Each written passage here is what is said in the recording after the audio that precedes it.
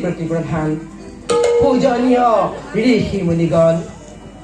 সকলোৰে উপস্থিতি আজি এই আনন্দিত তুন্দিল প্ৰজাগণ সমবেত নৃপতিসকল ভীষ্মকে দিছে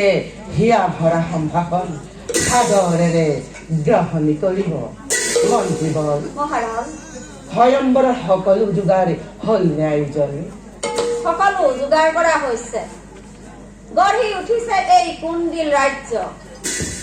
ইতিমধ্যে নিমন্ত্ৰিত অতিথিসকল উপস্থিত হৈছেহি খন্তেক পিছতে শুভক্ষণ চাই ৰাজকুমাৰী সভা হ'ব উপস্থিত মোৰ মতে বাকী আছে এতিয়া উপস্থিত সুযোগ্যজনৰ তাৰ অৰ্থ বিশ্বকেতু তাৰ অৰ্থ পানীৰ দৰে পৰিষ্কাৰ যি সভাত ভাৰতৰ মুকুটমণি যদুপতি শ্ৰীকৃষ্ণ অনুপস্থিত এই সভা সম্পূৰ্ণ বুলি স্বীকৃতি দিব নোৱাৰি যদুপতি নহাৰ বাবে আমি দায়ী নহয় আৰু সেইবাবে স্বয়ম্বৰ সভা বন্ধ থাকিব নোৱাৰে ভাৰতৰ সকলো নৃপতিয়ে নিমন্ত্ৰণ পাই এই স্বয়ম্বৰ সভালৈ আহিছে কিন্তু নৃপতিৰজী শ্ৰেষ্ঠ নৃপতি যদুপতি শ্ৰীকৃষ্ণ কিয় নিমন্ত্ৰিত ইয়াত নিশ্চয় কিবা গুপ্ত ষড়যন্ত্ৰ আছে আজিও গুপ্ত ষড়যন্ত্ৰ মহাৰাজ বিশ্বকেতুৰ কিয় ইমান চিন্তা ঠিক কাৰণে এই অনিধিকাৰ চৰ্চা মহাৰাজ জনাখণ্ড ভাবি চিন্তি কথা কবা মই তোমালোকৰ ভালৰ কাৰণেই কৈছো কৃষ্ণহীন এই সভা বৈধ নহয় এই সভাৰ কাৰ্যপ্ৰণালী কোনো জ্ঞানী লোকৰ দ্বাৰা সমৰ্থিত হ'ব নোৱাৰে যদি সেয়ে হয় তেওঁ নিজকে যদি জ্ঞানী বুলি স্বীকাৰ কৰে তেনেহলে তেওঁ ইয়াৰ পৰা গুচি যোৱাই ভাল তেওঁ নাথাকিলেও স্বয়ম্বৰ সভা চলিব আহিছো যেতিয়া সভা শেষ কৰিহে যাম যদি পাৰো যদি আৱশ্যক হয় তেন্তে কৃষ্ণৰ বিদ্ৰোহীসকলক যথোচিত শাস্তি দিম সাৱধান কৃষ্ণৰ পদৰ লেহেনকৈ বিশ্বকেতু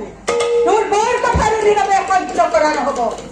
তোৰ অন্তৰত স্পষ্টভাৱে কুন্দিল্লাৰ বিৰুদ্ধে বিদ্ৰোহৰ অগ্নিশিখা দেখা পোৱা গৈছে নিশ্চয়ভাৱে আহি গৈ বিদ্ৰোহৰ পথটো হাৰিব খুজিছ কিন্তু তোলৈ আমি কোনো ভয় নকৰোঁ তোৰ স্থান ইয়াত নহয় নিজৰ মন ৰাখি কৃষ্ণৰ চৰণত শৰণ লোৱাতে এই ভাৰতত কৃষ্ণৰ আগত তই সামান্য পতংগ গোৱালৰ লৰাৰ পদৰ লেহেনকাৰী কথা আৰু মোৰ সহ্য নহয় বন্ধুসকল মহাৰাজ জৰাসন্ধ এওঁ কোন বৰ বিশ্বকেতু কৃষ্ণৰ ভক্ত এওঁ নামটো বিশ্বকেতু নহয়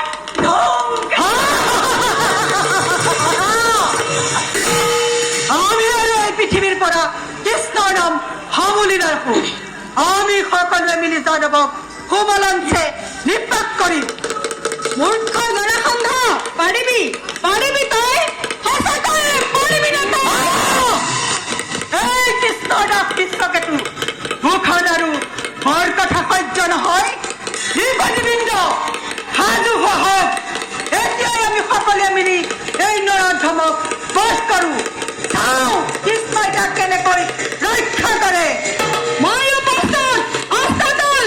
এইটো দৃশ্যকেতুৱে অকলেই শত শত নৰধমক জম্পুৰীলৈ পঠাবলৈ শান্ত হওক নৃপতিসকল, মই কৰ জুৰি কৰি কৈছো, বাঘ যুদ্ধ বন্ধ কৰি সংযত হওক। মোৰ এই ভয়ম্বৰ সভা ৰণথলীত পৰিণত কৰি শুভ কামত বিঘিনি নঘটাবৰ। নাৰায়ণ নাৰায়ণ, শান্ত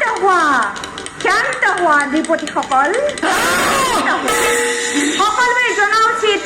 এইখন স্বয়ম্বৰস্থলী, শক্তি মেলা নহয়। ইয়াত ইজনে সিজনক আক্ৰমণ কৰি বাহুবল পৰীক্ষা কৰিব বিচৰাটো অযুক্তিকৰ।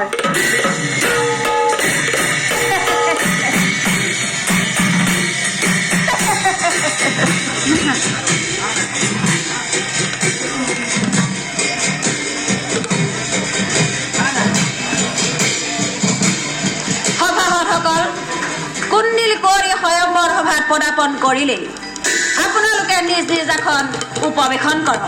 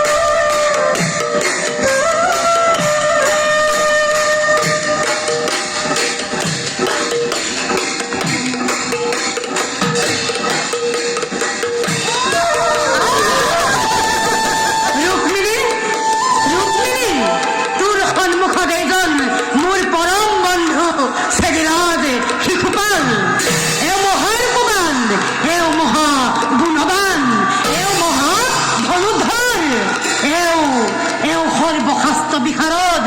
এই তোৰ উপযুক্ত বৰ এওঁৰ গলত তোৰে বৰমাল্য আৰু সম্পাদন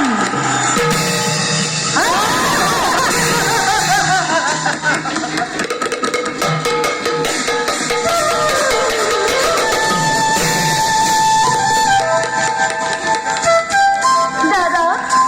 কৃষ্ণ মোৰ আৰাধ্য দেৱতা কোৱা দাদা দ্বাৰকাৰ যদুপতি আছে কোনফালে কোহামণি সভাৰসত তই সেই গৰখীয়া ল'ৰা কৃষ্ণৰ নাম লৈছ নহয় এই সভ্য সমাজত তোৰ জীৱনৰ এই শ্ৰেষ্ঠ মুহূৰ্তত সেই গৰখীয়া ল'ৰা কৃষ্ণৰ নাম লৈ জিভা কলুষিত নকৰিবি ৰুক্মিণী আজি মোৰ স্বয়ংবৰ পাতি দিছা মোৰ পূৰ্ণ স্বাধীনতাত হস্তক্ষেপ নকৰিবা দাদা নকৰিবা কৃষ্ণ নিন্দা মোৰ সন্মুখত ধৈৰ্য ধৰা কুন্দিল কোঁৱৰ স্বয়ংবৰস্থলীত এনে কাৰ্য অশোভনীয় চোৱাচোন কোন দিশে বলিছে বতাহ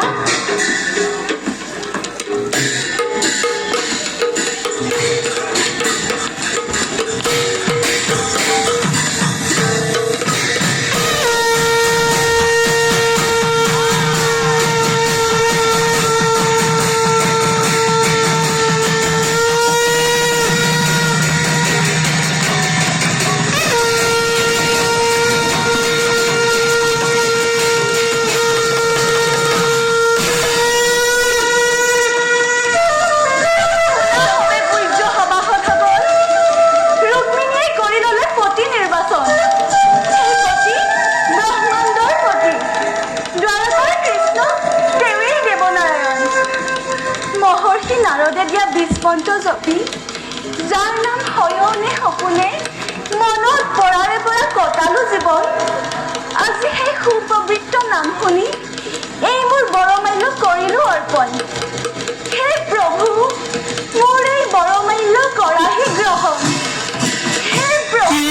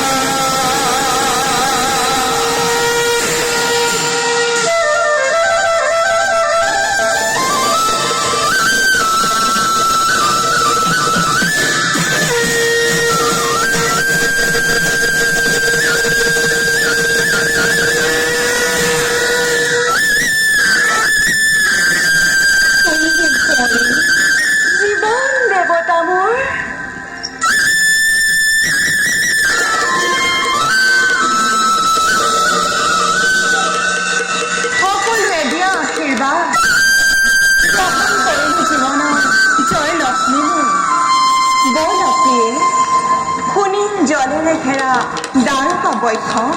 ৰৈ আছে তোমালৈ স্বৰ্ণ সিংহাসন